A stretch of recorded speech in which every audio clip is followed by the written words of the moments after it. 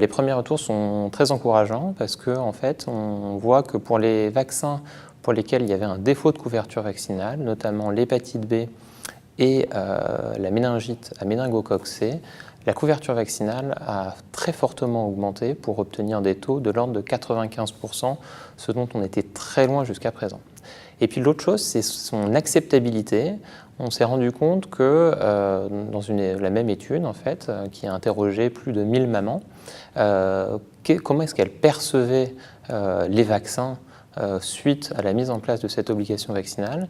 Et en fait, cette obligation vaccinale, on voit qu'elle est beaucoup mieux acceptée qu'elle ne l'était il y a encore un an avant qu'elle soit instaurée, avec, on a l'impression, un retour de la confiance dans les vaccins.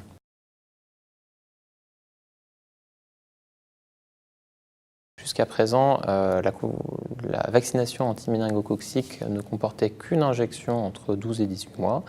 Et depuis un peu plus d'un an, on a recommandé l'ajout d'une dose à 5 mois du fait d'un nombre important de cas chez les enfants de moins d'un an. Et donc cette modification a permis dès 2018 une diminution des cas de méningite avec des formes graves et mortelles chez les enfants de moins d'un an.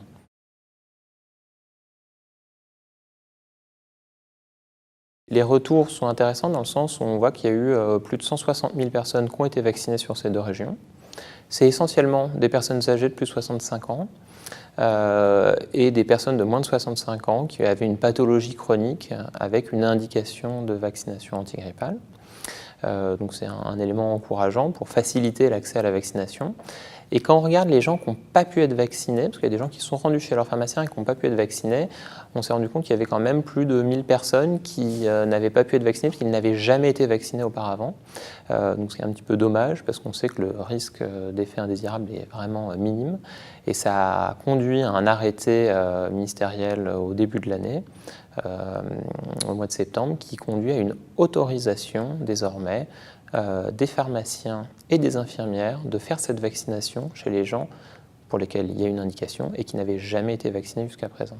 Vu que ça a été un succès, l'expérimentation est étendue à 2 autres régions cette année et à partir de l'hiver 2019-2020, ça sera étendu à la totalité de la France au niveau de la vaccination antigrippale en pharmacie.